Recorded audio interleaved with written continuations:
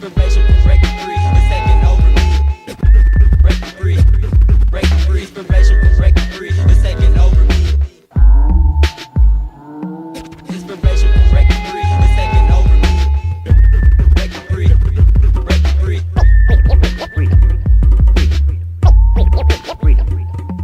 Inspiration for breaking free, it's taking over me. Breaking free, breaking free. And above all, freedom. The causal factor for humanity's continuing loss of freedom is that humanity as a species remains completely ignorant of natural law.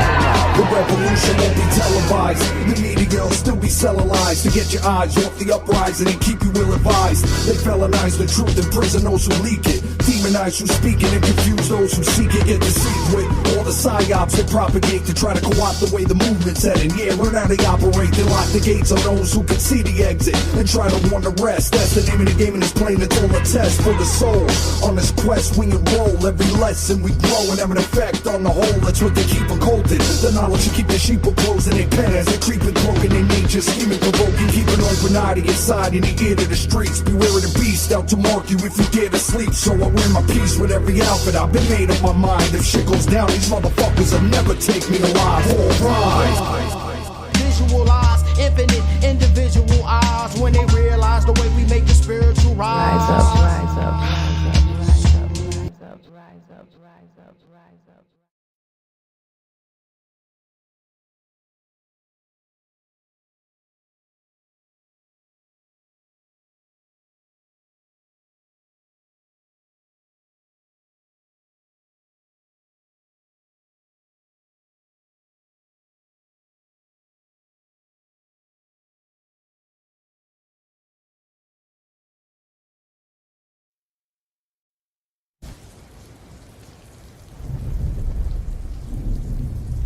Hello, this is Chris Jansen. Welcome to the End Evil podcast.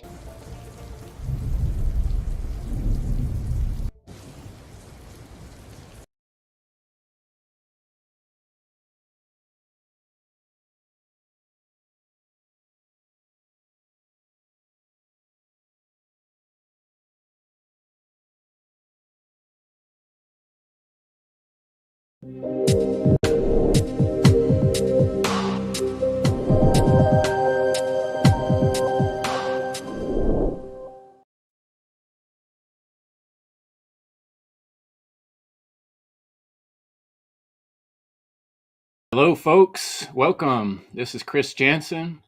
This recording is being made especially for the Freedom Under Natural Law Conference, Freedom Under Natural Law number 4, Humanity Rising. I got one of my favorite, actually probably top favorite YouTube creator here, Joey Phipps. Much appreciated. Thanks for joining me today, Joey. Thank you. Yeah, he joined me on short notice. Joey's channel, if you haven't checked it out, folks, is Library of the Untold. There's hundreds of hours of material there, awesome music that Joey's created. He's a musician as well as a writer. I got his book, which we'll discuss a little bit today, Book of Wonderful Suffering. I love the wear and tear on that puppy. Yeah, it's been traveling with me everywhere. I told Joey I had a bunch of receipts shoved in there from construction jobs, you know, that I had to give to customers. But yeah, maybe you could start by just telling us a little bit about the creation of that book. What was the inspiration? How did you get pushed to do that? Sure. I kind of started noticing early on that the more sacrifice that I put into my daily life contributed to better things tomorrow, and that led to me making the chart in the book. That's a very simple chart because it shows pleasure and sacrifice, and there's like that little cross section where it's like sacrifice now equals pleasure later, and pleasure now equals sacrifice later. Unfortunately, the second way that I just mentioned there, you don't get to choose your sacrifice, but if you choose there it is right there. Yeah, these dudes on it. But if you choose your sacrifice now, the fucking pleasure finds you later. So I wanted my son to know that above all. And it's like, well, universal law. That's how the universe works here in this particular reality. For whatever reason that happens to be that is outside of my pay grade, that's just how the universe works. Sacrifice now equals pleasure later. And you pick your favorite words for those two, you know. But I wanted my son to know that, so I wrote it all out, and then that became a book. And then I went to go print it up, and just to have on the shelf for when he's old enough, or if I was to die. And then there was a person there who was like, bro, who was like, he was a bro. He was like, bro, he was like, we got to get this published. And he's like, I got the connections, you know? So he sent it to whoever it needed to be, which happened to be Barnes and Noble Publishing. And then they published the book, and now it's available on Amazon, Barnes and Noble. It's available cheaper on Barnes and Noble, but it's less expensive. I don't know what that's about. That's outside of my control. But the book was intended for my son as kind of a pillars of living thing. And then afterwards, almost divine timing, very strange, because I wrote, it's called Book of Wonderful Suffering. And my wife decided to divorce me for reasons that I won't go into, but that's the oldest story in the book. Guys go through it all the time. It was horrible. The worst experience of my entire life. And it was a long process, not legally, but in the heart. It was awful. And but I was wise enough to apply my alchemical philosophy to the entire process. And it literally catapulted me into doing what I am literally right now. With my extra free time of not being married, I started a YouTube channel to talk about the book. And my son kind of co-hosted along the way, you know, kind of making the jokes for it and everything. And that took off pretty much immediately. I was flabbergasted at that. And then the book started taking off. And then because of that, and then as you mentioned a moment ago, I made the joke about how I'm like a failed musician. You know, I wanted to be a rock star. That was my hobby, was making music, and I wanted to be a career. But the music industry doesn't allow for real musicians anymore that I have seen. I don't know. I don't want to get into that. But it was impossible because they have the pay to play. And you can't play live anymore as a musician without first having thousands of dollars to put down. But this fucking, again, alchemy has it. You do your work, as Jung said, you do your work, you do it honestly, and you do it alone. The others will find you. And now the albums that I've made are starting to sell as well, because they're between the channel and the book and the music, they're all bouncing off of each other, and everyone's finding their little favorite part of it. And I'm very happy to have been a host to all of it all along the way. You know, I read my emails. I read all of my comments. They tell you not to do that. I eat that shit up. I read all of them as much as I can now. It's starting to get out of hand. I can't keep up with it so much anymore, but I try to. But I think every time I've made a YouTube comment, you've replied to it. Right. And I like to be involved down there in the trenches in the comment section. Some of the comments are not desirable, but they don't bother me one bit, because as I kind of put forward first and foremost in the book and some of the videos, is that if you are doing your work honestly and you have nothing to hide and you're not trying to get one over on anybody, then you don't have to worry about the criticism. The criticism can't touch you at that point. The universe is reality itself is so mysterious and so strange that there is no reason to have to make up anything or stretch the truth. You talk about the Dogon tribes people and what they knew about Saturn, or to consciousness itself, DMT, all the hollow earth hypothesis. All of these things are so enormously powerful that you can just lose sleep over those all day. But people do feel the need to stretch the truth to get views. And I want to be one of the many people out there to be like, you don't have to. Just talk about the things you have learned that are real or plausibly real, and make sure that your speculation is down to earth. And it's like, dude, and this shit's too easy, you know? Yeah, I think there's a lot to be said for not being afraid to ask questions, and I Right. think there is that fear out there. In fact, you said something about in your book, but I had a little quote on that page where you were talking about with the pleasure sacrifice chart. You said, suffering becomes art, and we can hardly think of anything great that did not come as a result of some sort of suffering. Right. All, And all of today's it. world, everybody's looking for comfort, Right. and they want to be safe and comfortable, and the Right. path towards freedom is neither of those. Right. So If you think about the invention of literally anything, the house or the car, the toaster, all of these things were because there was some kind of suffering taking place, and somebody manned up and said, I can make things better because of that suffering. But that's the key, is that person who came up with that idea for the house or whatever it is had to exacerbate his own suffering to be able to create that thing to make everyone else around him more comfortable. And that's, I think that's the point of everything. If a person can learn to do that for themselves, that's alchemy. And it's got an echo effect. It echoes out from you and comes back in waves greater ever than you would have ever imagined them having been in the first place. But the main point is that that's part of that key, is that you have to do that thing without expecting anything in return. You have to build a house so that your society will become more comfortable and not expect it to come back. It's almost kind of a mind f that's how it works. But when you do it selflessly, that's when it comes back to you. If you're trying to do it to expect a return of some kind, you might get that return, but it's going to be temporary and it's going to be fleeing. absolutely, talk about freedom, right? It applies on all levels. It's like a hermetic truth. It can't be forced. If you try to Right. force freedom, it's not freedom, right? Right. But you got me Exactly. thinking also about synchronicity, and Yeah. so something you mentioned just popped that into my head in front of whatever else I was thinking about asking you about.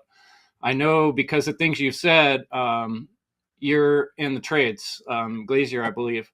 Yeah. I've been a construction guy my whole life. And a lot of my best insights and realizations happen like working, like swinging the hammer. And I've thought Yeah. about monks, how they have to you know, mop the floor or, start the fire or collect the bamboo or whatever. And Right. there's a lot about work and doing that provides this space where ideas can bloom and where synchronicities happen. So I'd like to hear a little bit from you about your experience with synchronicities. Man, first of all, synchronicities is what I base my entire work ethic on. I have done things before where I try to force a script, or they always say to be topical about your YouTube channel or whatever, and it's never worked for me. I I kind of don't write the videos. I mean, I literally do write the videos, but I let them come to me in spurts of inspiration based on the synchronicities I see around me. I have never had it work for me where I'm like, okay, I'm gonna write this video, then this video, then this video. It always it slips out of my hands, and then something falls into my lap that is won't leave me alone. Um, the day I realized that was the video, my episode called Systems of Control. I had that one like on the back burner, but the video idea itself, like an egregore, it wouldn't leave me alone. It wouldn't let me sleep. It would wake me up if I tried to sleep. And it was like, you're going to finish this video. And I don't care if you got to sit at the computer for 14 hours, you need to put it out as soon as possible. And I was like, okay, I will. I'll do that. So I was like, I meant to make a bunch of Zen videos, but it wouldn't let me. It made me do that particular video, and that's to this day one of my favorites. And I think the most effective video to help people realize the extent of their own freedom and what they are willing to put up with in the world around them. Uh, of course, the example that I kicked it off with was the gas station people who have to pay for their own drive offs, but that's, I guess you'd have to see the video or whatever. But it goes to show us that we will put up with a lot if an authority figure tells us that we have to, because it makes it seem like it's normal. It's something we have to de-normalize. But as far I've had weird synchronicities, dude. The day that my biggest video went ape shit viral was the day that I got laid off from the shop that I was working at. Uh, I was building a wall downstairs in my daughter's room to help insulate it from the bathroom, and I was listening to YouTube per usual, and then my voice came on. I was like, why did my video just come up in the algorithm? And I looked at it and I realized that it exploded. And I was like, wow, and then I got a call from my boss saying I was laid off. And I didn't connect that at the time, but that was interesting. But you know how the trades work. For anybody listening out there, because you get laid off from a shop doesn't matter. You just go to the next shop. So I have a union card, so I can work wherever, and bid my own work and stuff. So I went, of course, I went back to work. And for example, I was doing mirrors in this like rich person's house or whatever. And I did the mirrors to a T, the way textbook and all, as per usual. And those mirrors fell off the wall and broke on the ground after I left, after I completed the job. And there was nothing that could be found wrong that was done. But when I talked to a slightly more intuitive person, kind of a mentor of mine, she brought to my attention that the last thing that those mirrors saw was me dressed as a glazer, as a construction worker. And at the time, I had been having more and more videos going viral. That is one of many examples of these synchronicities that are not tiny anymore. They're shoving me out of the working world and quite literally making me write more essays and papers that become scripts, that become videos. And I can't avoid it anymore. The last time I took off work was meant to be a 2-week vacation to kind of get caught up with YouTube. And I have not been back ever since. And it's been 6 months. And every time I'm about to go back to work to get caught up on bills, something goes viral and it puts the money back where it needs to be. Never in any case where I'm making a lot of money, but always in a case where it just fills out whatever bill I have that I'm worried about, just enough for me to be like, okay, fine. I'll keep writing. And a lot of people will use the term coincidence hearing those stories. I haven't told you all the stories. I don't have time to tell all the stories, but it's no longer coincidences for me. I can't ignore it. It won't leave me alone. And in a way, it's kind of a burden, but in a good way. It's almost like a coach that won't let you quit no matter how tired you get and how burnout you get. And I can't believe I'm one of the few YouTubers out there who, if I do get burnt out, I'll lay out on the couch and I'll just scroll through the YouTube comments, and it just lights a fire under my ass. It inspires me. Everyone is so absolutely kind. I cannot find any other channels like that that are Rare, for sure. ability, right? If you read the comments on Y-Files, for example, one of my favorite channels, I know a lot of people, he gets a lot of hate. It's one of my favorite channels. He's a debunker, but I like him. And his comments are heinous. Oh, they're out to get him. Why? It's like, why are you even watching? And I read my comments, and it fucking butters me up, dude. And I can't believe that I've been in a position to touch this many lives. I don't know. There's people, when someone comments that they quit doing heroin because they learned the art of sacrifice and alchemy, I'm getting up. I'm ready to write another one, dude, because that's amazing to me. I can literally feel the authenticity pouring in through the individual comments. People all the time are like, I've never commented before, but you need to know this, and I eat that shit up, dude. It's fantastic. Well, you have a good way of coming across super authentic and genuine, humble in your videos.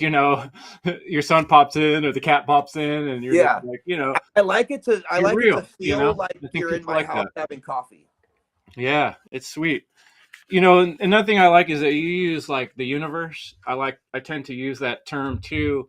When we say God, it gets kind of Right. conflated with people that have been through religions, or people have ideas of what religions are that are Right. often misconstrued anyway. But the universe is kind of like, sometimes I say the great all.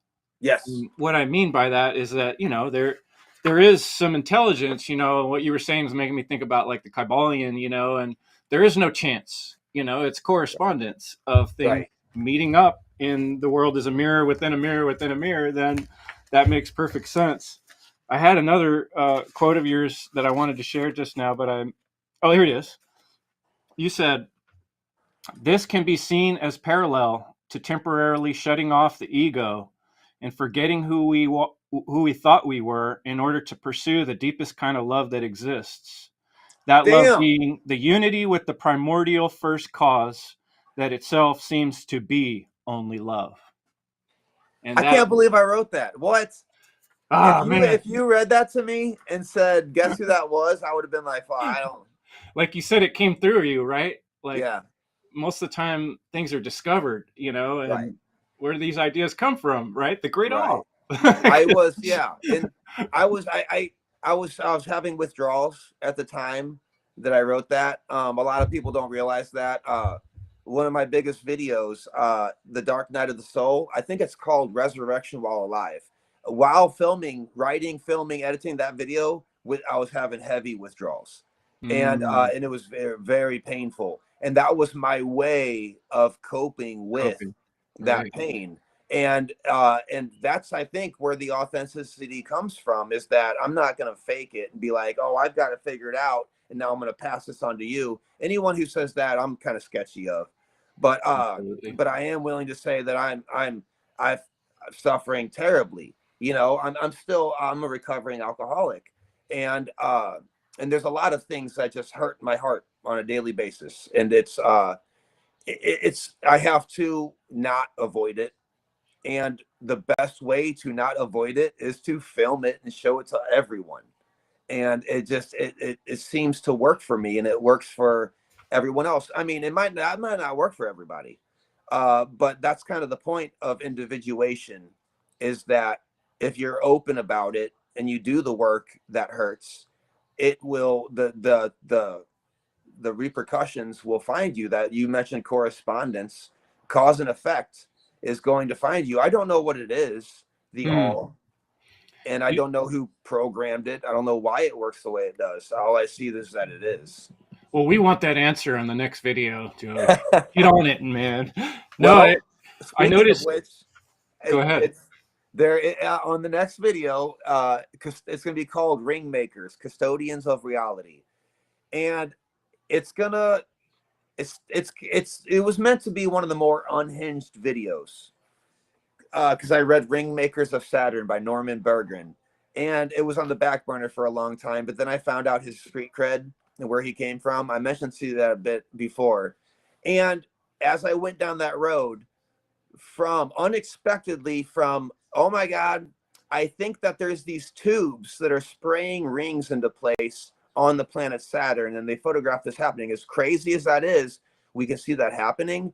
As I went down that road, I started finding more and more speculative evidence that they might be a form of maintenance, and reality might be a transmission sent here from Saturn. The way that we biologically view reality is set into place against our DNA, which is meant for so much more.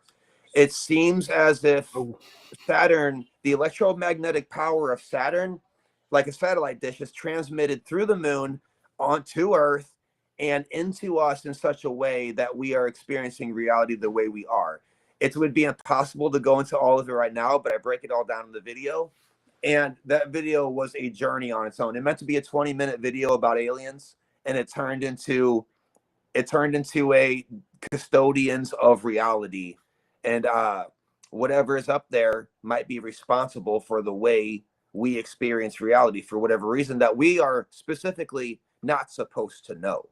That's what drives me crazy. But yeah. The things that are hidden, and why? Why are they hidden?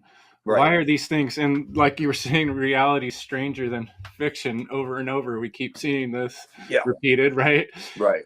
Another thing that you said that struck off in me is you were talking about the process of alchemy, and I was thinking something I've kind of realized is, they put alchemy in like a 7-step process. Right. We have 7 chakras. Right. And then also psychologists, when you go through something like you're describing, they have a 7-step process of dealing with death, for instance. You know what I mean? Right. And these all kind of symbolize this process. We have to go through this difficult process, whether it be to learn things or to build things. Right. To deal with the reality we're in, there seems to be some consistency to this suffering, frustrating part, hard work, That number 7 is one of those one of many things that I didn't take seriously. I thought it was a kind of a superstitious, like magical, fun number, and not only the reoccurrence but the implications of the number 7 are astounding. In the Bible, if you see the number 7, God's about to get involved, and that is wild. Pythagoras explains it, I think, the best. Is that the reason number 7 is the perfect number is because it's a triangle and a square together. So as you know, the triangle has always been, to our ancients and today, it's the first shape. Nothing exists until the triangle does first. Before the triangle, you just have a set of 2 lines. They don't do anything. They can't exist in reality, tangible. But the triangle does because it completes the shape. It's the simplest shape. So that automatically represents, because it's the closest to source, the dot that we have in tangible reality, it automatically represents, or quite literally is, divinity coming into our reality, which of course is the cube, the black cube, which is best represented in 2D by the square, which is 4. So that's 3 plus 4 equals 7. So that's why, I guess, in the Bible, when the number 7 comes up, you know that triangle is about to enter the cube. And what a perfect shape. It's an arrow. Or a house. From a carpenter point of view, I always imagine the square with the triangle on top. And that's like how you draw a house. And that happens to be how every toddler draws a house, no matter what the house looks like. I don't think there's a coincidence there. The triangle and the square together, there's a reason that if you put a circle around all 3, that's the philosopher's stone. And it's almost one of those things that help you realize exactly how simple everything actually is. We like to complicate everything. That's what we do as humans. That's okay. I like details too.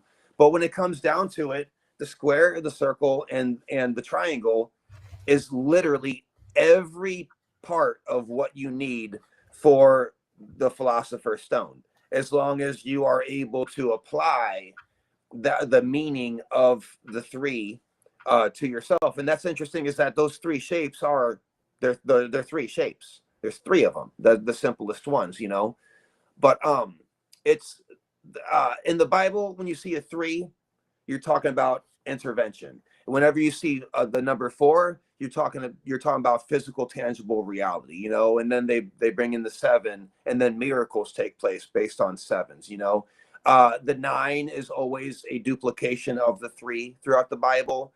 And it's not even really numerology.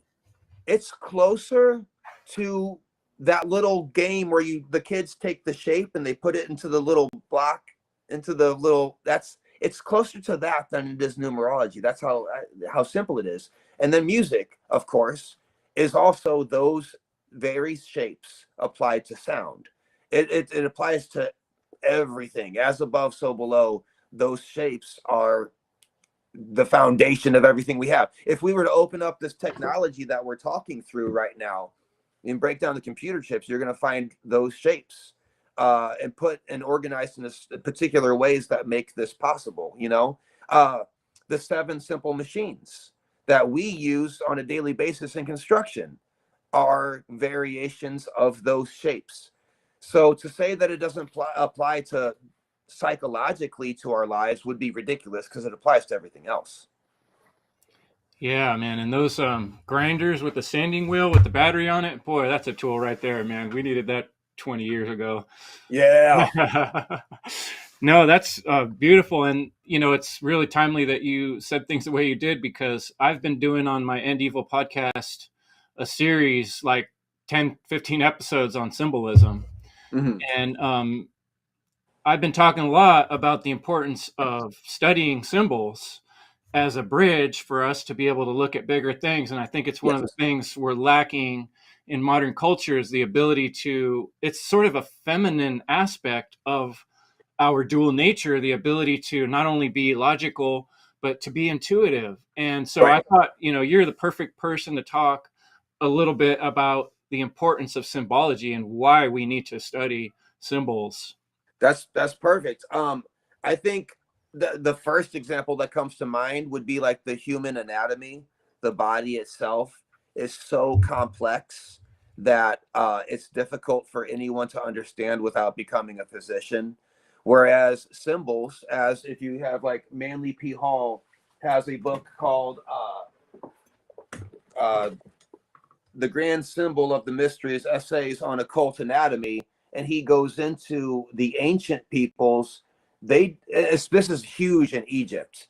Whenever you see like a ram that's accompanied by those pillars coming down or whatever, a lot of the times those symbols are either the brain or maybe they are the ovaries or whatever. But that's how they communicated without complex scientific jargon back in the day. Was they used symbols like the ram and whatnot. And now when it comes to maybe less complex things, I recommend this for anybody, and don't let it fool you. So this is Carl Jung, and the book is called Dreams. Anybody would be fast to think that this is some kind of like woo woo dream interpretation book. It is not. What he means by dreams is quite literally the psyche of mankind as a whole, the entire collected consciousness of mankind and how we see reality since the beginning. Number one, this book is so profusely illustrated from beginning to end that it makes it an absolute esoteric must have. Because Carl Jung has a tendency of being kind of so abstract that it's difficult to comprehend. But with the pictures, hence aka the symbols put forth here, he makes sense of your mind and how your mind works. He uses the word dreams, but don't let it fool you. Like, the Egyptians were the king of this. Every single thing in this picture right here has a deeper meaning to it that would be so complex on its own that we wouldn't be able to fit into our brain.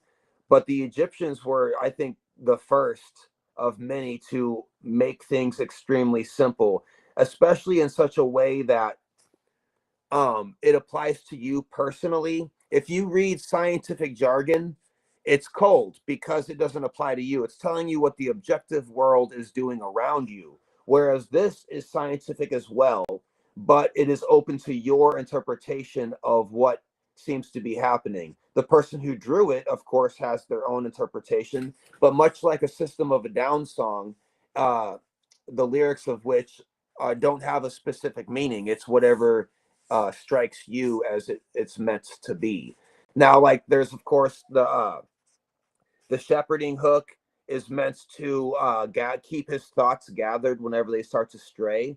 He might be having vengeful thoughts or whatever, so he uses that shepherding hook to bring his thoughts back into his control, which is of course is not literally happening. It's a symbol. And then you've got his whip right here, which is his discipline to do so in the first place. Seems almost Sado if you think about it literally, but as a symbol, he's able to whip himself uh, using the sheer discipline of the self in order to keep his own thoughts shepherded. Whip And, himself into shape. right, whip himself, exactly, right. And then the vulture is here, and it's going to bring death eventually. So no matter how serious you take all of these things about keeping yourself in line, you're doing it for the greater good, because you know it doesn't matter in the very end, because eventually you'll be leaving this flesh and you'll be going elsewhere. And I mean, shit, I could go on with this book alone, but it's not just Egypt. Alchemical plates, for example, everything in this picture means something very specific, and not only specific, but is literally tuned to you. And by looking at these pictures and these symbols, you are reading a language that is not only literal, but um helps the reader know what to do. One of my favorites, I use this all the time, is it's a graceful swan. It's a white, beautiful, graceful swan, but this isn't in color, but there's blood everywhere. This swan doesn't have worms to feed its children, so it pecks away and eats its own flesh until it's bleeding, and then the streams of blood pour into the little swans, because it's going to feed the next generation anything it can to perpetuate it, even if it means killing itself, because this swan will not survive bleeding out like this. But by bleeding out like this, it'll give the baby swans the chance to grow strong enough to go out on their own and eventually bleed out themselves to help their next generation. I mean, I gotta let this cat That's out. the sacrifice, right? That's the sacrifice, right? And then, of course, Mandelas they're a way to capture everything, as of within, so without. The universe and the consciousness are quite literally the same thing. Nothing captures that better than Mandelas. I think I'm saying that wrong. Mandalas. I don't know. I think I've I'm always said Mandela. Yeah, that's right. cool. Same Or as is that now. what's the Anymore. conspiracy theory about they changed the timeline, the Mandela effect, right? That's what I'm trying not to mix it up with that. Don't say that. We'll get a Right, whole right. Yeah, if you Yeah, gotta let the cat out, that's all good. I should know your yeah, cat's name by now. yeah, right. That's Shows Paul up. right now. He's a Oh, he's you a got a tough couple. cat. Okay. Yeah. He likes to go outside. This one is great because it's very simple. It shows the smoke coming from the sacrifice is a single thing until it reaches duality. The That's a very duality, feminine looking image and too, right? exactly, right, right. And look what's coming from that femininity right there is a flower. The flower of life. Right. And then it unifies back before it goes up into the heavens or into the ether or whatever your favorite word for it is. It unifies into one thing up there. And as you can see his gesture right there, he can relax now that he's done the work, you know. But and then of course you got the classic, the Philosopher's Stone, which captures Yes. all of it in its most simplistic form. The compass. Yeah. Our friend Nate Cap, he has a website called cubbyhole.com. And I Yeah. did last week an interview with him. You would love his work because he takes apart all the Freemasonry and he'll get out the tracing board and Yeah. explain, each image in the tracing board, and each one has so much depth of meaning. There goes the cat. Yeah, each one has so much depth within it. And I've often wondered, you know, there's a story in the Bible about the Tower of Babel. And when our last conversation got me thinking about that, how in a lot of ways our modern language confounds our ability to communicate, like pictures and images or metaphors and stories are a more powerful way to share information, but our minds have to be capable of doing that processing. And I think we've been dumbed down. Yes. And those two examples are perfect because first of all, the square and the compass of the Mason symbols. If anyone not familiar or whatever, I know it's a very common symbol, right? But the square, we just talked about the triangle, the circle, and the square. And that's literally what's going on here. Is the square represents physical reality, and the compass represents the circle, which is spiritual realities, right? And then of course you put the two together and you get this triangle right here. The triangle is not evil. It's not an all-seeing eye. It's not evil. It's not. Some evil people have taken that symbol and used it for themselves. doesn't make the symbol evil, doesn't make the Freemasons evil. Freemasons are the most generous organization the earth has ever seen. Unfortunately, some people like to use their skills for their own agendas, making it therefore usurped into evil. But yeah, the idea of squaring the circle in those three shapes there's not a better simplistic symbol for it than that. And the Freemasons knew exactly what that was. At least the old school ones did. I know that nowadays just about anybody can walk down the street and go join the Freemasons or whatever. I don't know how that happened, but everyone likes to brag about it. It's really annoying. But and the second thing you talked about, the Tower of Babel, that goes right into what we were talking about how symbols can help explain the human anatomy, especially the subatomic things that we can't see, therefore we can't describe without the jargon in the first place. If you ask me, every picture I've seen of the Tower of Babel is a spiral, and it goes up into space, into the heavens, just like the cosmic serpent of the shamans talk about, the two serpents entwined that come up and they go right up into the sky. I think so even before, I don't think before because shamans were first, but as architecture started to take hold, the Tower of Babel became a perfect symbol for our limitations of DNA. As you know, our DNA is a language. It's no more than a language. That's exactly what it is. It's letters that create a code that makes our body know what to do with proteins to make more of us. You know, you eat food, it goes into your bloodstream. Those proteins have to be broken down because you need to add more to your pancreas or to your ball sack or whatever it is that needs atoms necessary to Or keep information, right? Your right, body's right. collecting information and data.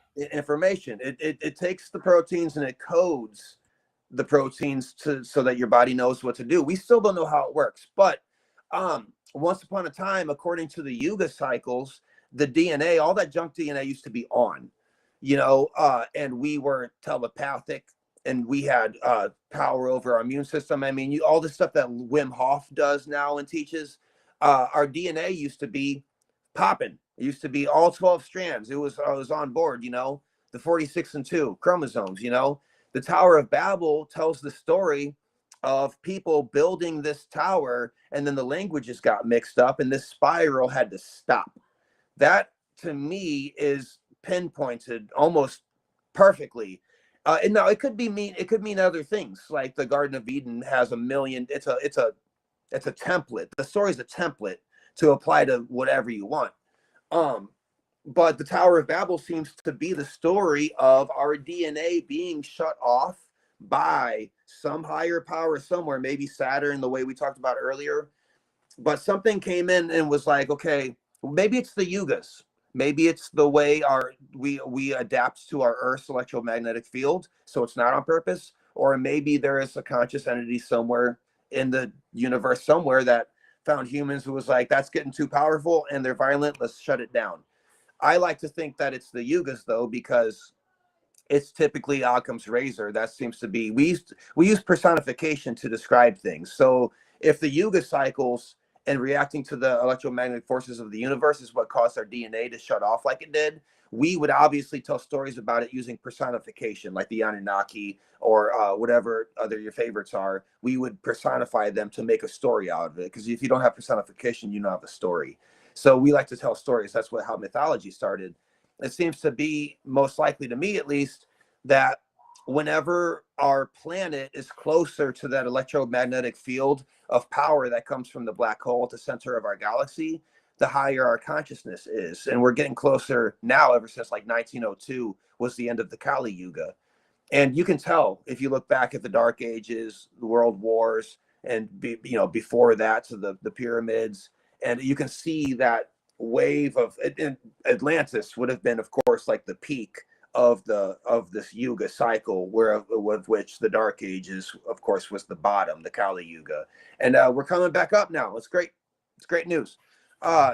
There's a woman, a student of Yogananda, and she was on the show. Her name is Ashananda, and she's like this 86-year-old woman. And cutest cutest little fucking woman I ever seen in my life. Oh my God, I always wanted to eat her up. But she's a teacher in Silicon Valley because she says that's who needs it the most. And she was the one who broke down the Yuga cycles for me in that way. And what she's saying, I mean, really checks out. And it's almost soothing to know that we're on our way back up. Nothing can stop it. They're trying to. You look around today, you can see that they're trying to stop it. But our DNA is going to come back on, man. And I sure before you hope know it, so. You know, I yeah, mean, we're in desperate need of some positive change from my point of view. And yes, when I look at, a lot of stuff you've talked about, even before I found your work, I'm seeing stuff about ancient pyramid builders, all these megalithic structures all over the planet. There's a lot of indications through whether it's ancient shamans or master builders. right, They're telling us something. It seems like there's this message, and it yeah, really comes across to me like a warning. And I'm I can see curious that. if you're feeling that same vibe. I mean, I think I've heard you say it in various ways, but I'm curious what you have to say about the warning to humanity that has been left for us. Well, the first thing that comes to mind is the pyramids, how they lay out the geometry and mathematics of the Earth, Sun, Moon relationship. It's all built into the pyramids, because if you take the circumference of the pyramids and times it by 432,000, and you've got the Earth and Sun relationship. You take it from the bottom to the top peak times 432,000, and you've got the Moon and Earth relationship, and so on and so forth. I think that there's a particular measurement that I forget the details on that shows the circumference of the Earth right there in the pyramids. They knew what they were talking about, and they built the pyramids on ley lines that are sacred ley lines that line up perfectly. If you take a straight line around the globe, as long as that line is straight, you'll connect all of the pyramids that we have. It's kind of cattywampus across it's not the equator, it doesn't go across in a straight line. That's not quite how things work. It goes sideways. But then it comes all the way around and meets again. You got Machu Picchu and the pyramids in Mexico and in Egypt and Bosnia. They're all on that line. So it seems like it was a global civilization. The warning thing, I don't know. I wouldn't doubt it if I saw data on that. But the way I kind of see it is that it's a preservation of knowledge because it's stone, it's granite. In Easter Island, they use basalt. It's not to be confused. Someone's going to chime in and be like, they use volcanic tuff. Yeah, they did later, but the original moai were made out of basalt, very hard stones. And those are the ones with the glyphs on the back of them. There's a message there. And now Göbekli Tepe, that certainly is now that you might be referring to that, because Pillar 43, the vulture stone of Göbekli Tepe, certainly is a warning. I mean, you almost can't avoid that. It's a vulture holding a human head and pointing up to the stars with a little dot that says something came from there and it'll come back. Like that certainly was a warning. And then you got the fact that all of Göbekli Tepe was intentionally buried to be preserved. Definitely that was a warning. But I mean, when it comes to some of these megaliths and stonework like the pyramids, I think it's almost they knew that these cataclysms happen on the surface. So before they went underground, they built these things so that we would find them and understand the circumference of the earth, much to the dismay of a lot of the flat earthers out there. That mathematics is put into place in the pyramids themselves, long before we thought that we discovered the earth was round. Some people even think that was Christopher Columbus, as bizarre as that is. I don't understand how that snuck into our education. It's absolutely ridiculous. Pythagoras was talking about the earth being round long before that, and then he said he got the idea from someone else, what he called the ancients, that's lost to us. But what's fascinating about it is that the Egyptians wrote down everything. And one of the things that they wrote down that we forget to put in our history books is that they found the pyramids. We don't know who built the pyramids. We have no idea who built the pyramids because no one even signed that shit. They didn't even put their initials on it anywhere. There's no hieroglyphs either. It's completely blank. It was sacred. And they say, we found these. We don't know who built them, but they were ancient even to us. If you think about pre-dynastic Egypt, going back possibly well over 7,000 to 12,000 years ago.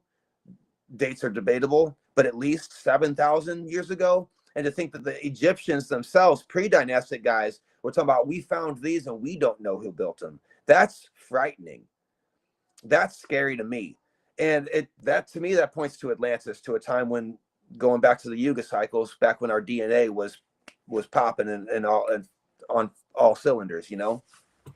Yeah, you definitely get the feeling that there were at some point in ancient history some people, some beings on this planet that had a much higher mastery of the elements of technology than we do at this current time. And just that in itself, is sort of a message. And it's like, what were they telling us with this stuff? There's something there. And I guess for me, like my whole journey of, I make fun of myself now. I'm a conspiracy theorist. I've decided to just own it. You have to. It's like my comedy bit right now. I'm Mr. Crazy Guy. That's fine. But what got me going and launched me, originally I was curious about like Bigfoot and, all these mysterious things. And that was my start as well, by the way. Really? That's what got me into all this was Bigfoot and Loch Monster. Yeah. And then aliens, right? And then you're like, okay, why is there so much of this stuff? If it's all fake, why is there so much? Why is it everywhere? And then that kind of brought me into this whole other recognition of things going on, deeper layers of the government. And, that for me really opened the doors to starting to wonder about reality itself and stuff. So I thought I'd bring it back around. Bentov. Some of my favorite of your work has been about the cosmic egg and Bentov. And so I was hoping to get on that topic a little, but I drank a whole cup of tea and I need to make a little bathroom break. Is that okay? I can take over if we don't want to pause. I can go on for Bentov. Go ahead and start talking to Bentov. I can hear you. I'll be right back. Okay, that's great. Awesome. First of all, I'll say that the Bentov, the series of videos I did on Bentov has been some of my favorite and most well received of any of my videos, because as you know, it took up 4 videos to cover all of Bentov's work, which is absolutely astounding. And the thing about Bentov is that he died early, a lot like John Mack, and the list goes on of men who died early seem to have the most poignant literature available. Now, a lot of people are familiar that not John Mack, but Bentov, Itzhak Bentov, died in a plane crash shortly after he was done working for the CIA, spilling the beans on all this stuff to them. They wanted the secrets that Bentov had. They wanted his genius and expertise to be weaponized, and it didn't work. It might have worked, but we don't see evidence of it working. Maybe MK Ultra is them weaponizing it or whatever. That was fast, bro. But that was fucking quick. But Bentov died early, and there's conspiracy around it. Of course, there always is, but it is fishy that he's got that wealth of information that he was employed by the CIA to uncover and to work on and to detail and to get fleshed out for the CIA. And then after they were done with him and he decided to share the same information with the public, he happened to die in a plane crash. I'm not saying anything's fishy, but some people might find that to be fishy. The same exact thing with John Mack, except he didn't work for the CIA. John Mack got big. He died getting hit by a drunk driver when walking to his hotel from a UFO conference. His family never prosecuted the drunk driver, and we never found out who the drunk driver was. Now that's weird. So he got hit by a car. They said it was a drunk driver, and the family's like, we ain't saying shit. To me, there's something going on there. But just like Bentov, if you want, as I said in the first video I did on him, I think it was my first line. If you want zero bullshit literature, read the work of men who died early. I mean, the same goes for men who died, but particularly men who died early. That's where you're going to find the juice. Terrence McKenna, John Mack, Itzhak Bentov.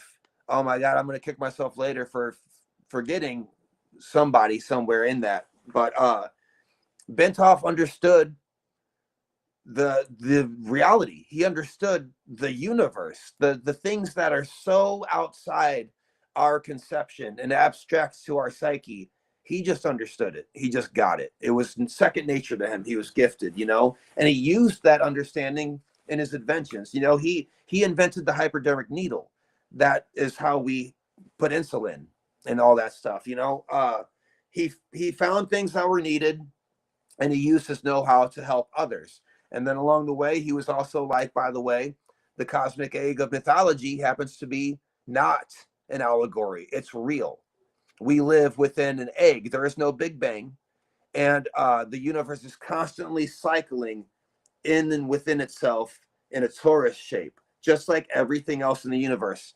Atoms, molecules, our electromagnetic field, plasma, an apple, you name it.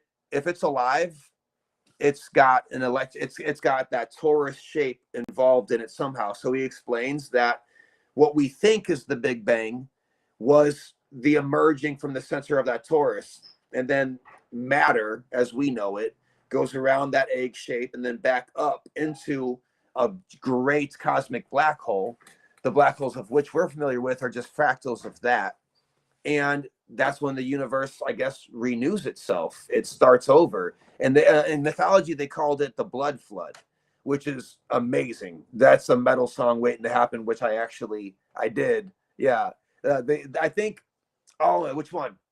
The Cosmic Egg episode that we did ends with my song, The Blood Flood. I had to make it.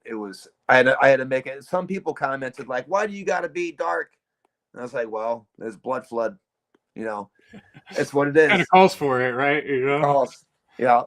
Yeah. And so, yeah, there's no Big Bang. And getting rid of the Big Bang opens the door to so many mysteries that couldn't be answered until you get rid of the Big Bang. There's so many things that are impossible to even answer or speculate on because the Big Bang hypothesis was in the way of us learning more about it. As soon as Itzhak Bentov was like, the ancients had it right. We live in a torus shape. They called it the cosmic egg. There's no Big Bang. It opens up everything from mythology to science to start actually making sense. Yeah, that I think for me what really struck is the consciousness and reality, how interconnected they are. And I like that concept of the torus shape. And then I like to imagine if you had this egg of reality that's sort of vibrating with energy, like electricity, right? Right. Alternating current, right? And then you were to take a slice out of it. And that plane, that slice is the reality we're living on.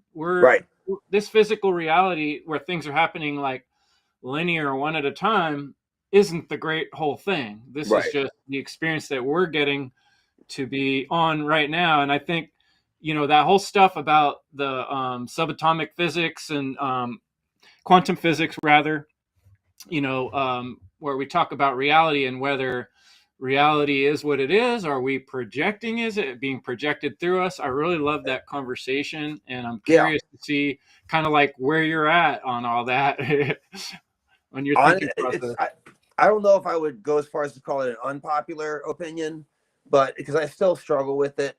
But if I had to end my life tomorrow, it was all over or whatever, and I was to put all my coins into one bet, I don't know. I feel like we project reality. I don't think that reality is objective whatsoever. I think we completely project reality. I don't think reality exists without us imagining it.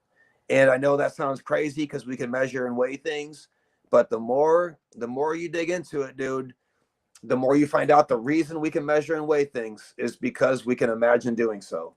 And I cannot find, as hard as I tried to debunk myself, that's my whole goal, is to find out that, okay, there is reality that can whatever. But it's the more you look at it, atoms don't exist and everything's made of atoms. Nothing exists. And I think it's a dream. And then after having Bentov and quantum physics run through that whole gambit, and you're like, okay, I think reality might be a dream. Well, look no further than Hindu mythology, and we find the Brahma, who is dreaming all of this. And whenever he closes his eyes, reality exists. But when he opens his eyes, reality ceases to exist, because he's dreaming of us. And like, we live within the consciousness of a greater being. If you think about the closing and opening of the eye of the Brahma, that sounds just like that cycling egg torus shape that we're talking about, the cosmic egg. The more you break it down, it seems like we're all talking about the same thing over and over again in different ways. Every religion, every mythology, every scientific fact or hypothesis, every speculation, it seems to have its root in the same thing, and we're arguing over the best way to phrase it. That's what it seems like to me. I want to come back around a little bit at some point, if we can, to objectivity. But I guess what I wanted to say on that is, my show I do is called the End Evil Podcast. Mm-hmm. And I think that blows people away to some extent. They're like, you can't end evil. There's always going to be evil. There's always going to be good, and there's always going to be evil. And in a way, I agree with that. Like the yin yang, the different aspects of reality, there's always going to be light and dark, but in the sense that we're humans and we're living in human bodies, and I'm describing evil as forms of stealing from one another. Right. What I'm saying in my work, what I call great work, is we can be better. We can stop doing evil things, and then we'll be good, Right. And just like we can clean up a room, we can clean up our act as humanity, and that will open the door for a lot more happier, joyful lifestyles for everyone. Right. And so we do affect reality. And I guess the danger, I feel like, of saying reality is not objective is that people think, oh, well, then it doesn't matter. It's all just a dream or a video game. I can do whatever I want. And there's no, responsibility, and it's not really my, you know what I'm saying? You'll be carrying that with you over. So I'd like to see how you address that. Well, first of all, the whole we live in a simulation thing, so I can do whatever I want thing. Whenever you take that headset off on the other side over there, you're going to answer to all that shit. So be ready for that, because it's going to be awful, but as far as the evil versus good thing, that should not be confused with duality, with dark and light. Those are different things. Universal law, going against universal law is what evil is. Technically speaking, there's no evil in the first place. We make it up because we steal from each other and we do harmful things to each other. That should not be confused with a lion eating a zebra. So like a lion eating a zebra is dark, but that is universal law. It's not evil. So evil can be ended. It can be done away with. We can go without it and still have duality, dark and light. It'll still be there. There's no separating that yin and yang. Evil is a different category, because evil means to quite literally know better and to do things against the grain of the way the universe works for your own benefit. That can go away, and we're still going to have blood, and we're still going to have feces, and we're still going to have nightmares, and we're still going to have bankruptcy, and we're still going to have all the dark elements of humanity and society and reality without the evil. And I'll be damned if, without the evil, all of those dark things become a little bit more bearable, because at least now no one's out to get us. Absolutely. And I know that you, in many ways in your own life, have transcended challenges, and like you could probably look back at a certain point in your life and said, oh, I could have gone that route, but no, I chose to read these books, hang out with those people, and start putting my time and energy into this thing. Right. So I guess what it really comes down to is, in every moment we have this, what I call responsibility to the universe, to choose whether we're going to be part of the growth process or are we going to be part of the destruction process. Right.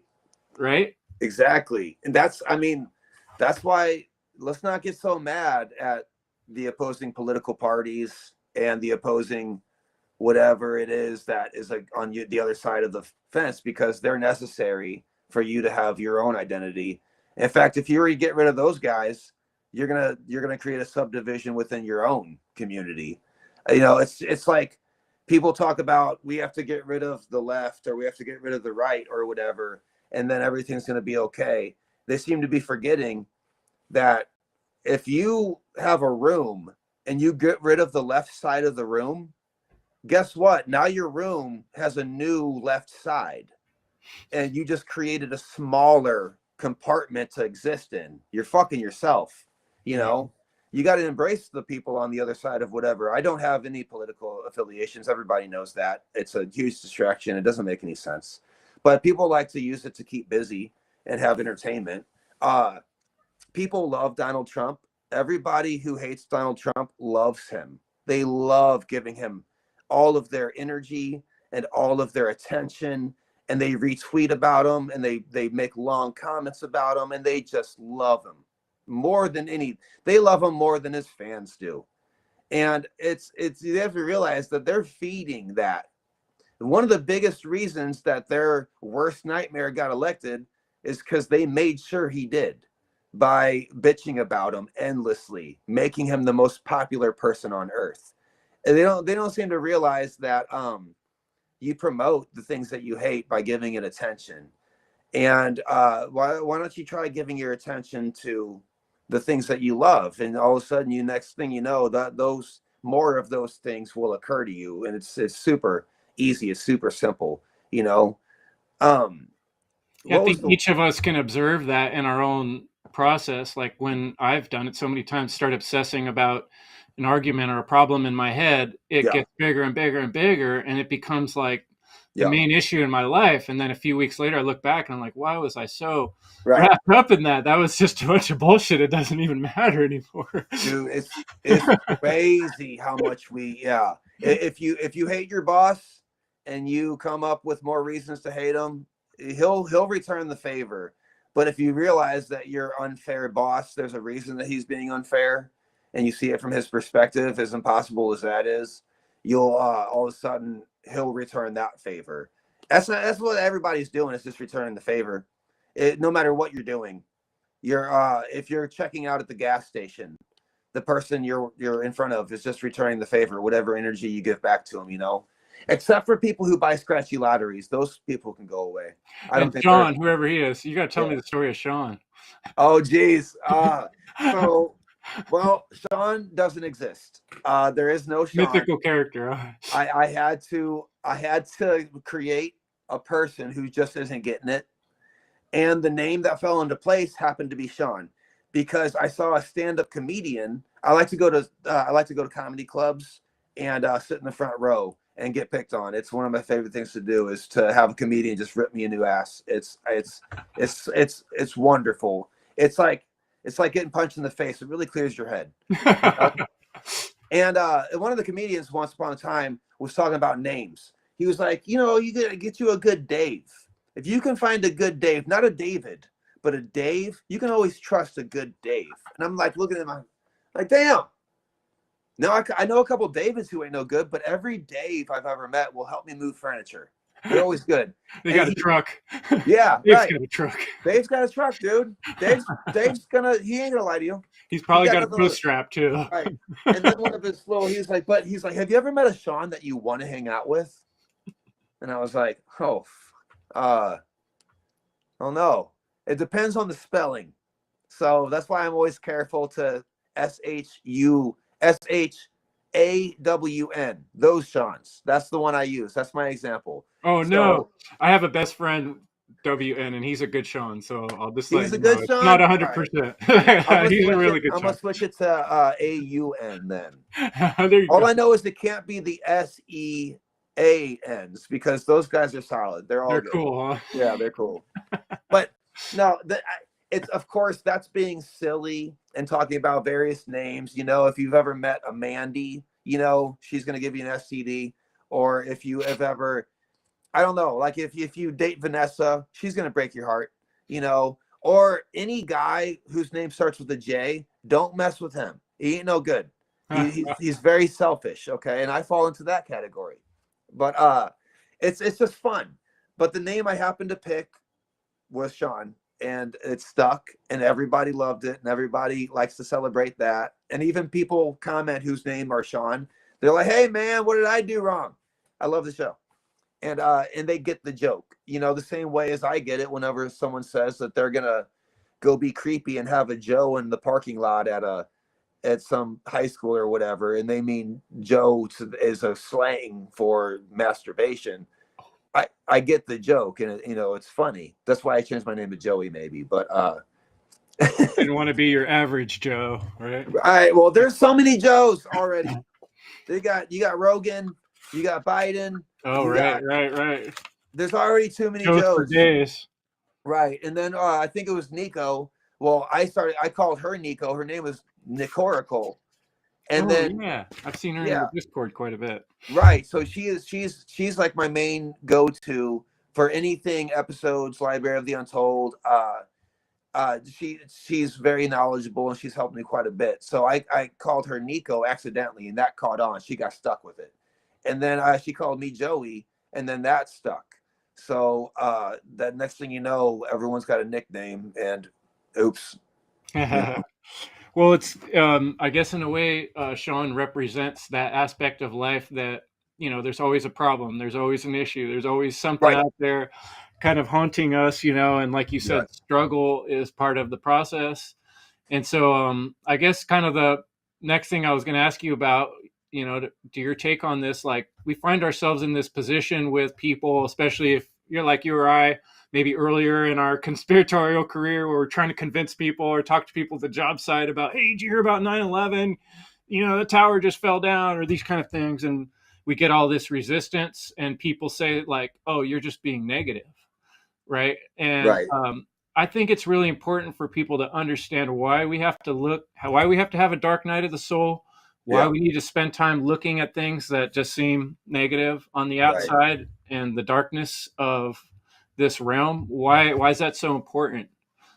Well, I think that first of all, there's many reasons. The simplest one is because you're happy all the time. You have no idea what happiness is. It's the same as splitting that room into two, the left side and the right side, and you want to get rid of the left side. Now you just got a smaller room. The same thing goes with happiness and sadness. Those two words are really huge umbrella cover-all terms for all kinds of different sufferings and anxieties or whatever, because depression and anxiety are different.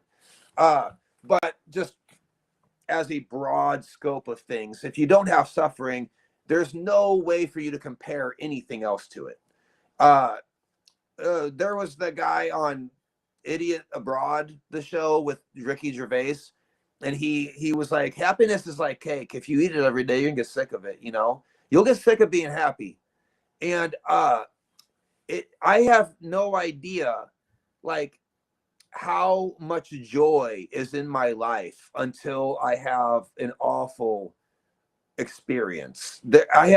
Dude, if you have a dark night of the soul, for example, and it's dark, for those who don't know, dark night of the soul is an experience in your life that is so bad that it erases your concept of what reality is and who you think you are in the first place. Everything that you thought you were, you thought you had a personality, it's all out the window. For me, that was a divorce. Being married for 20 years and having the person I love most in the world literally leave and be like, I'm done with you forever. That erased my personality, because I thought I was a person up until that point. Turns out I'm not. And I'm going to hold on to that. It's important. Because now that I realize I'm not a person, and I realize that amount of suffering is possible in the first place, now, oh my God, I turn a knob in my kitchen and water comes out of it. What? You guys, how fucking lucky that is insane. That's amazing. It's raining outside and it's snowing. It's cold outside. But I got bed and a blanket and I got a heater. I can heat up my whole damn house for me and my whole damn family. And that's incredible.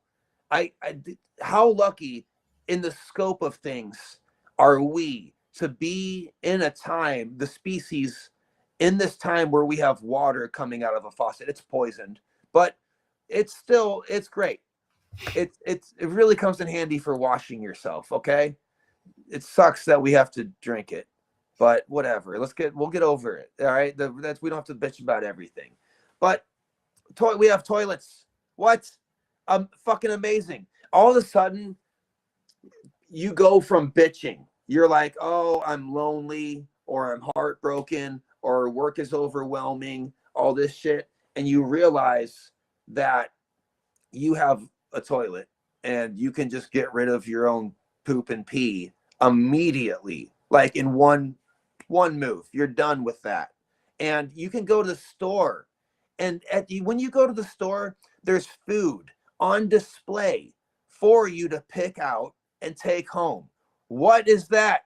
Are you kidding? I don't have to chisel down a rock all day and then go into the wilderness and spend 2 weeks starving only to find an animal that will kill me back, and then have to stab it in the damn throat over and over and over again while it's eating me back. And then I gotta drag it miles back to my family to be able to feed them. What an obnoxious amount. Other animals probably trying to steal it from you on the way. And then your victim, the saber-toothed cat's gonna fuck you up, dude. We can go to Kroger, and all of that shit is on display waiting for us, and it's fresh, and there's expiration dates on it. And now, okay, that's poison too. Whatever. What cost, right? Right. But but we take it home and we put it in the oven and we can eat. I am the luckiest son of a bitch in the universe that I've got these things. That's incredible to me. So the dark night of the soul is the catalyst that helps you realize that you are one lucky son of a bitch, because this is paradise by all means. They're trying to poison you along the way, but you'll have that. Undo it, microdose, psilocybin, whatever, eat your lion's mane. But again, lion's mane mushroom and Reiki and cordyceps mushrooms are all available to you on the internet. You can order them. They will show up to your house in a mailbox, delivered to you. You don't have to go forage and gather those things anymore. They'll give them to you. They'll hand them to you. And they'll say, here you go, sir. What? We are the luckiest fucking people. I can't believe how lucky it is. If I want to learn about a subject, about who built the moon, I can, as ridiculous as that is, I can order a book and I can sit in my warm house with a nice cold glass of poison tap water, and I enjoy myself learning about the moon. And we're fucking lucky. Without the dark night of the soul, I would have never realized that shit. I'd be washing my hands and be like, fucking grumpy. If I gotta brush my teeth before I go to work, you get to brush your teeth. Shut up. It's fucking amazing, But no, don't get me wrong. I'll complain about a lot. I complain all the time. Have you seen my after chats after the episodes? A little bit, yeah. I don't know how it happened. Those turned into a fucking just bitch fest for me. Billy Carson and everyone needs some time to let it out too. Yes. It's like this dual nature of reality. Like if Yes. you want to do good, there's this other side of it where, like, you got to put food in your mouth, you got to shit it back out too. Like Yes. the universe, the Taurus thing, it goes both ways. It's both like, ways. Something's got to exit the black hole too, right? Yeah, with the white hole, we got the black hole, the Taurus, and it's all one thing. Kind of all comes together in a kit. Yes, it's a kit, dude, and we're really lucky to have that kit. And I don't know, that's what it takes. But also, so even besides all that, the suffering makes you stronger physiologically. I don't know if I said that word right. Physiologically, physiologically, whatever, right? You Nailed become stronger when you do things that are hard, when your body does things that when your body thinks it's what's working out, but breaking your muscles a little bit over and over, right? Working out, lifting weights is breaking your muscles. Getting into cold water it makes your nervous system think you're going to die. So it starts creating red blood cells that you need. Doing things that are hard, the breathing exercises they take up time, whatever, and meditation takes up time. But doing these things that are hard psychologically give you strength. So it's not just a comparison to realize how good you got it. It's also that your entire nervous system responds to things that are hard. You get smarter whenever you force yourself to read that paragraph 3 times. You're just not getting it because you realize you zone out every time you read it. But you make yourself focus on this Carl Jung paragraph that's just Do not your fitting eyebrows your like brain. this, Yeah, right? and those things, for example, like, I don't know, some not watching porn is a weird one specifically to bring up, but it's a fucking highway to happiness. And a lot of people are just so weirded out hearing that because porn has become so abundant and so readily available that now it's a normal everyday thing in people's lives almost daily for some of these fucking fools. Not to say they're fools, I shouldn't say that, that's not good, I shouldn't, but it's that's the point. It's so abundant now that it's, instead of having to say, hey, porn might be bad for your dopamine system, now we have to say the opposite. We have to say, did you know that not watching porn is a highway fucking that drives you straight into happiness? Because I mean, you can get into the neurological parts of it all day. Dr. Huberman is I'm a fan of his. He's got a great beard and he speaks well. And by the way, heads up, is good job with that thing. I like, you got the beard's popping, dude. But yeah, not watching porn makes you happy. And it's a shame that we gotta say it, but it's true. But that's sacrifice now. That's the new sacrifice, is not indulging into things that are absolutely despicable. And I'm probably turning off so many people listening right now who are gonna not like those things that I'm saying. It's But probably worth it for the ones that you're turning on I because, suppose, like Wim Hof breathing changed my life. And like you're saying, you yeah, part of the major thing about the Wim Hof breathing is the holding of the breath. yeah, And it's like you're not doing something that your body needs to do so yes. that it can do what it needs to do better, which is a little bit opposite. But so many times here's this dualistic nature of reality again. Sometimes you do use a certain small bit of poison to fight a bigger poison. You know what I mean? You're absolutely right. And to be clear, I want to clear this up right off the bat before I hear about it in the comments or whatever. I'm a hypocrite. I'm riddled with hypocrisy. I've been poofing on this little thing our entire interview. This is not good for me. It's bad. This is the opposite of my book. This is pleasure now, and it will have a sacrifice later that I don't control. It's not good. But nicotine is a stimulant to your neurons, and by being addicted to this, I can be a little bit less addicted to opiates. And that's a sacrifice I'm willing to make as a little trade-off. If I was a little bit tougher, maybe I could just be free of all this shit, the caffeine and the nicotine and all that stuff. But I am addicted to a lot of these things. And if I don't want to be addicted to something that's going to ruin my life, maybe I'll accidentally pick up a couple other addictions that are just less bad. But yeah, and that makes me a hypocrite, but I'm not denying that. I've seen pornography before. I don't really understand how it became what it is now. I don't know. Whenever I was a kid and I first discovered it, it was like tits and genitals and sex and stuff. And now it's turned into a lot of other things. So I don't know, but that's that goes to show you're desensitized to it now, and now it has to become worse and worse and worse to get to whatever point that you have to watch an amputee dressed as a clown getting hit in the testicles with a ball peen hammer to be able to fucking get off or whatever. Right, like alcoholism, it starts out, I remember when I would go get a beer after work, and then pretty soon it's 2 beers, and then it's 3, and then I can't even get a buzz without 6.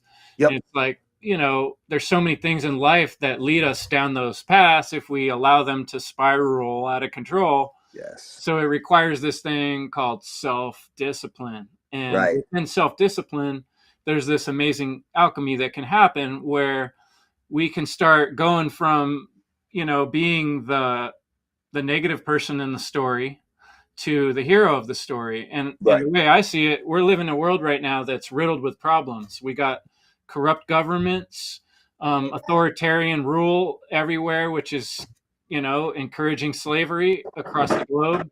Right. All the most important mysteries are hidden still, even Right. though every information's available now.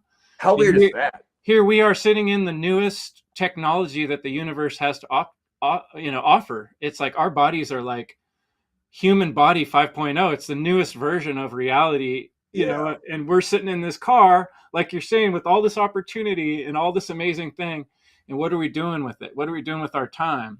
Right. And that's It's like where I having a get kind of Ferrari and not negative, driving it. I think people need to do something more positive with their time. So I was going to kind of hope we could spend the last few minutes of our conversation, like maybe giving people some encouragement, hope, ideas, like we I said, love it. breathing, meditation, Right. That's perfect. And that's a perfect way to end this, because I would like to address certain things that I see all the time. Because people hit me up and they say, I want to do a thing. I want to do A or B or whatever. And I tell them the first step to do the thing that they want to do. And immediately they always say, well, I can't because I don't have this or that. And it baffles me. I don't know how I dodged that bullet, and I don't know what causes it in certain people, but people will for real put off doing anything because they don't have a particular thing. For example, a nephew of mine, he wants to make music. And so the moment he said he wanted to make music, I literally created like a bunch of beats for him, and just gave them to him. And the next time I seen him, I was like, so did you write anything or whatever? And he was like, no, I don't have a microphone. I don't have a computer. I don't have these things. So I didn't write anything. And I was like, do you hear yourself? You didn't write anything because you don't have a microphone. What are you going to record when you get that microphone if you didn't write anything? And some people, they want to start a podcast or they want to start a YouTube channel. The YouTube channel is a perfect example. And they say, well, I don't have a camera and I don't have this or that. I don't know, whatever it is. And I'm like, you have a phone and you can write on your phone. You can record yourself with your phone. 1 second. What's up? After this, can we do something today? It's remember where we went last time for Pokemon Go? Yes. I want to go there again. Let's talk about it after this. Yeah, I was asking if we could do it after. Yeah, after. Yeah, we'll close up like 10 minutes or so. It's all good.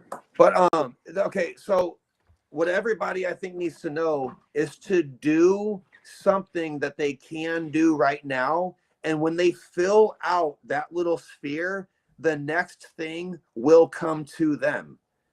It's so simple and so easy. So if I want to start, I don't know, man. If I want to write and record a song, right? But I don't have the equipment to write the song. I don't have anything to record with or whatever. Do everything that you can right now with what you have. Let's say, for example, you have nothing. So what your first step is going to do is going to be to put on some of your favorite songs in the car and sing them while you're driving around and get your voice all exercised in every which way, whatever it might be. And then when you get some ideas, get a pen and paper and write down those ideas and completely max out. If you've got the shittiest guitar in the world, find a way to play that guitar and make it work somehow or another. As soon as you have filled out that entire bubble of what is possible for you to do with what you've got, which is nothing, something will enter your sphere that will make the next step possible. I don't know who does it. I don't know how it works, but it's exactly how it does work. It doesn't matter if you want to be a chef, start a podcast, be an artist. You're like, oh, I want to be an artist, but I don't have the good pencils and the good paper. I don't have the iPad with the Procreate software that I need to make these illustrations or whatever. Okay, cool. I'm glad you don't have all that shit. Go draw in the dirt like the Dogon people did. And when they explained their cosmology to anthropologists, use sticks Use whatever you have, because the moment the universe recognizes that you have done 100% of what you're capable of doing with nothing, it will put into your lap the next piece of equipment or whatever it is.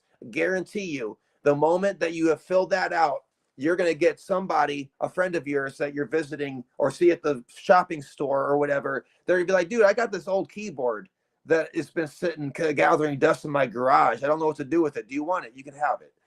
That has happened to me so many times, because I before I wrote a book, I got this like journal from Barnes and Noble. It's just a blank book, and I just started writing my favorite things in that book until it was completely filled out and completely filled. There was nothing else that I could write in there. All the pages were filled. And then the universe was like, okay, that you worked, you did what you could with nothing. Here's the book deal.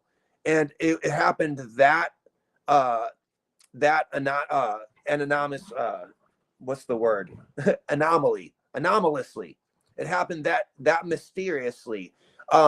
My first YouTube video, I filmed it with my cell phone, and I was I didn't have a cell phone stand, so I took the phone and I propped it up on my computer desk, and I didn't have software to put pictures up on the screen while I was talking, so I angled the phone in such a way that it could see me and see the computer screen. So I would talk, and then I would look at the diagram, and I would look up the picture that I was talking about, and then I would talk to the screen again. It wasn't edited. It was just me. That video is called What is Reality?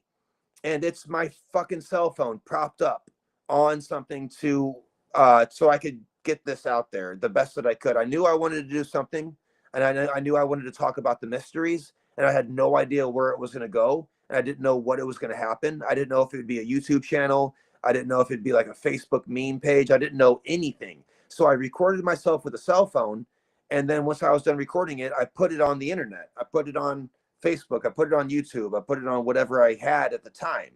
And then I did it again.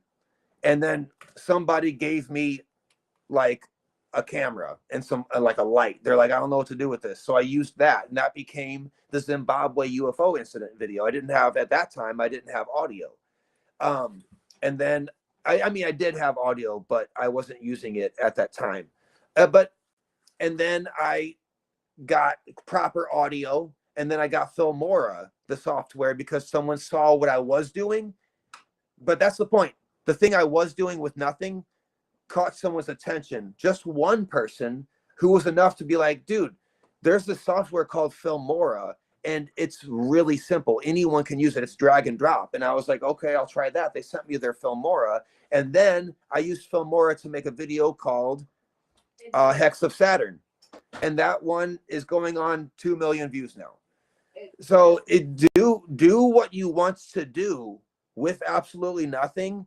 And the moment you can't go any further with it, the universe will give you the next thing, but it just wants you to get up off your ass, and it wants you to start, or else we have no. That's alchemy. That's the step they left out of that. The secret manifestation videos was you got to get off your ass and start doing stuff. You That's got what to they start left out. taking steps, man. You know, Yes. just thinking about it and drawing it ain't going to do it. No, it ain't going to do it, dude. You can sit there and daydream all day, and that's great, but you're going to forget all the ideas you had because you didn't write them down, or you didn't record them on anything. So the secret thing is neat and it's fun, but it's riddled with problems because it gives people an excuse to be lazy. And and everyone's so disappointed that it didn't work. And they're like, well, you didn't believe enough. No, you didn't suffer enough. That's the bottom line. You didn't suffer enough. That's all it is. That's a great slogan. We're about to close this up 10 minutes ago, then. My son is beckoning. I gotta go. Yeah, it's about that time. Say other company names because that gives them money from people who are gonna check out those companies, and then they get money. Hey, if Filmora is listening, give me a sponsorship. Maybe they could send us a few bucks, huh? Yeah, maybe if you do that, but don't just go out of nowhere and just say random companies. Real quick, for example, a friend of mine who is cool customer. he's an alcoholic a really bad alcoholic. I don't want to say his name, but he started painting pictures to kind of he used to watch Bob Ross to calm down, and so he did it just to calm down. It was a way of coping with not drinking. Just that simple. He was like, if drinking is ruining my life, I need to do something to cope with it. So he got the cheapest paintbrushes ever from Walmart, and he started painting on paper, not canvases, but on paper, right? So he painted a picture, and then someone saw it, and they were like, oh, dude, my grandpa's got a bunch of blank canvases that you can have. And then he started painting on those. And now to this day, he's making money painting these scenes because he did something with nothing.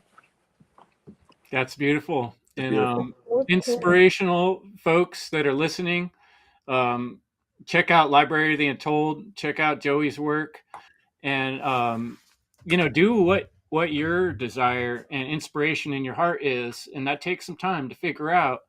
But I think we are here to do something, and I think that it does matter everything we do and don't do in this realm. And I encourage people to take that initiative and live a life that you become the hero of your own story. Why not?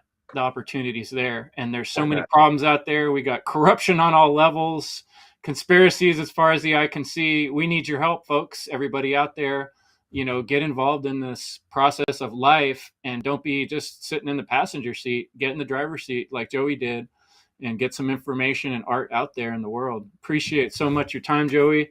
And your son, thanks for putting up with our long conversation, my man. Yeah, I appreciate your time, dude. I told you this. This is for Yeah, we'll be in touch. Thanks so much. Thank you Joey. so much.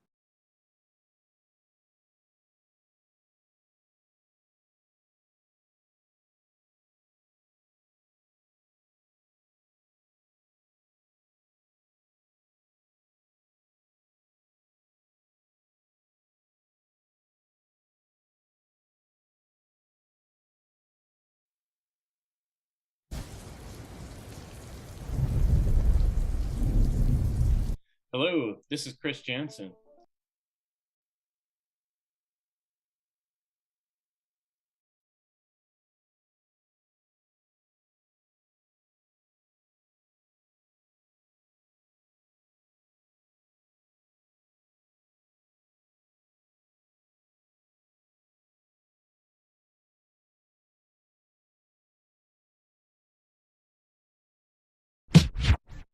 Inspiration, break free, it's taking over me. Break free, inspiration, break free, it's taking over me. Inspiration, break free, it's taking over me. Break free,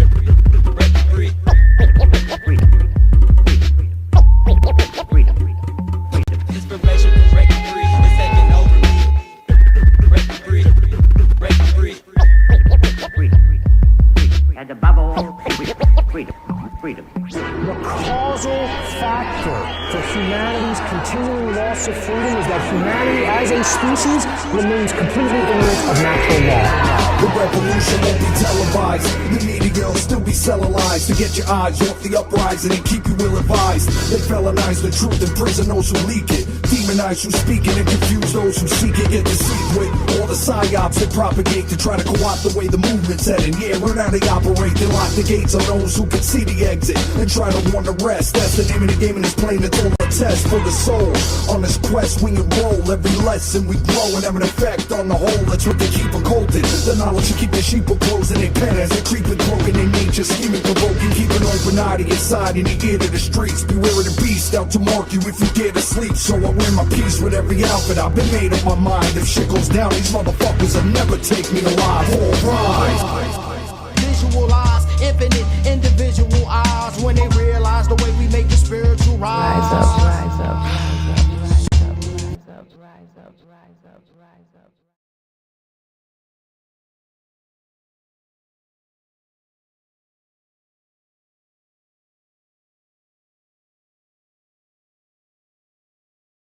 rise up.